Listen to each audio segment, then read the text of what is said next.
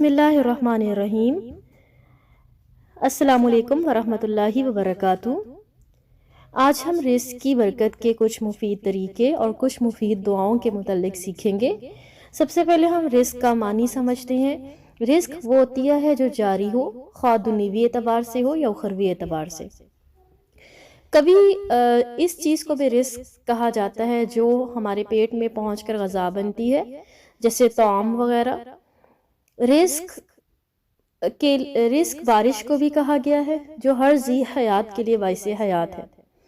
غرض کھانے پینے کی ہر قسم کی استعمال کی چیزیں، خواہ ان کا تعلق کھانے پینے سے ہو، خواہ انسان کی اپنی ذاتی ضروریات سے ہو، اس کو ہم رزق کے زمرے میں لے کر آئیں گے۔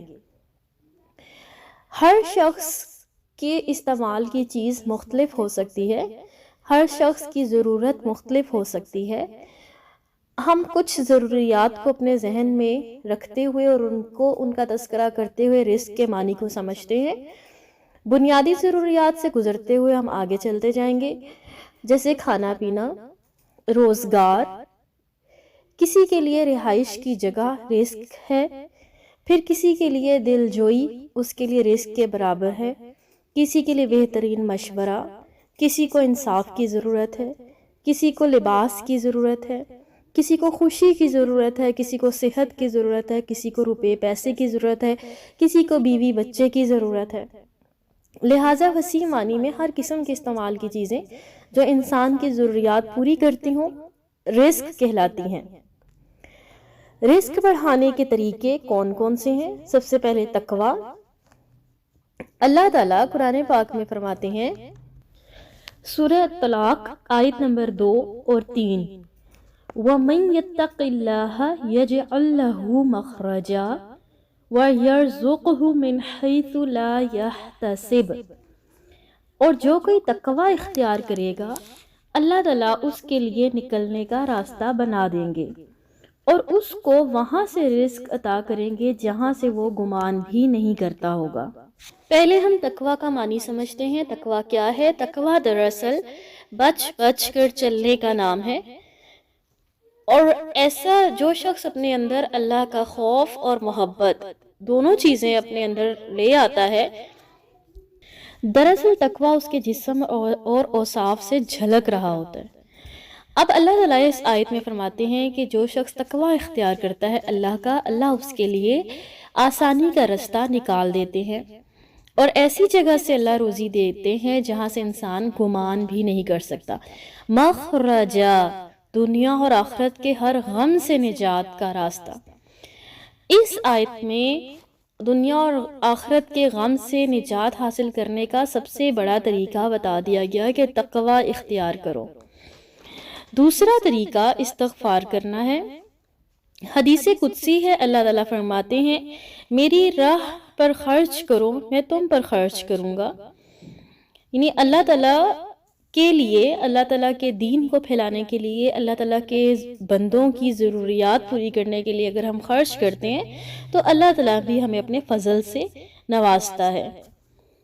جب ہم اس رزق کو اللہ کا فضل مانتے ہیں تو پھر ہمارا دل بھی یہی چاہتا ہے کہ ہم اس کو استعمال کرنے کے لیے، اس کو حاصل کرنے کے لیے اللہ کی مرضی معلوم کر لیں کہ اللہ کو کیا پسند ہے اور کیا نہیں پسند۔ تیسرا طریقہ استغفار کرنا ہے۔ سورہ ہود آیت نمبر 52 میں اللہ تعالیٰ فرماتے ہیں، وَيَا قَوْمِ اسْتَغْفِرُوا رَبَّكُمْ ثُمَّ تُوبُوا إِلَيْهِ يُرْسِلِ السَّمَاءَ عَلَيْكُمْ مِدْرَارًا وَيَزِدْكُمْ قُوَّةً إِلَىٰ قُوَّتِكُمْ۔ اور اے میری قوم کے لوگوں، اپنے رب سے معافی چاہو، پھر اس کی طرف پلٹو، وہ تم پر آسمان کے دہانے کھول دے گا اور تمہاری موجودہ قوت پر مزید قوت کا اضافہ کرے گا۔ آسمان کے دہانے کھولنے سے مراد اللہ تعالیٰ کی طرف سے نازل کردہ برکتیں ہیں۔ لہٰذا جو 3 اہم طریقے ہیں ان کو اپنانے کی کوشش کرنی ہے۔ سب سے پہلے اپنے اندر تقوی لے کر آئیں تاکہ اللہ تعالیٰ ہم سے راضی ہو اور ہمارے لیے رزق کی فراوانی ہو۔ دوسرا طریقہ، اللہ تعالیٰ ہی کی راہ میں خرچ کریں۔ اگر ہم خرچ کریں گے تو اللہ تعالیٰ کا ہاتھ بہت وسیع ہے، اللہ ہم پر بہت زیادہ ہمیں نوازے گا۔ ایک اور روایت میں آتا ہے کہ اللہ تعالیٰ فرماتے ہیں اگر تم مجھ پر گن گن کر خرچ کرو گے تو میں بھی تمہیں گن گن کر دوں گا. لہٰذا اس حدیث کو یاد کرتے ہوئے کہ ایک ہاتھ سے خرچ کریں اور دوسرے کو پتہ بھی نہ چلے، اس پر عمل کریں تاکہ اللہ تعالیٰ بھی ہمیں انگنت عطا فرمائے.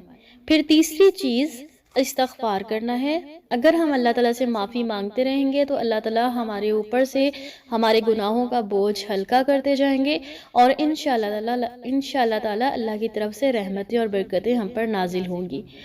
آج ہی سے ان 3 طریقوں کو اپنا لیں اور پھر ہم اس چیز کا جائزہ لیتے ہیں کہ کیا یہ اللہ کے بتائے ہوئے طریقے ٹھیک ہیں، کیا اللہ تعالیٰ جو ہم سے چاہتے ہیں وہ ہم کرنے کے لیے تیار ہیں. انشاءاللہ تعالیٰ پارٹ 2 میں اس کے بعد جو نیکسٹ ویڈیو کلپ آپ کے پاس آئے گا اس میں ہم رزق کے اضافے کی دعائیں جو نبی اکرم صلی اللہ علیہ وسلم ہمیں سکھا گئے وہ سیکھیں گے اور ان کو تلفظ اور ترجمے کے ساتھ انشاءاللہ تعالیٰ ان کی ادائیگی کو ہم سیکھیں گے.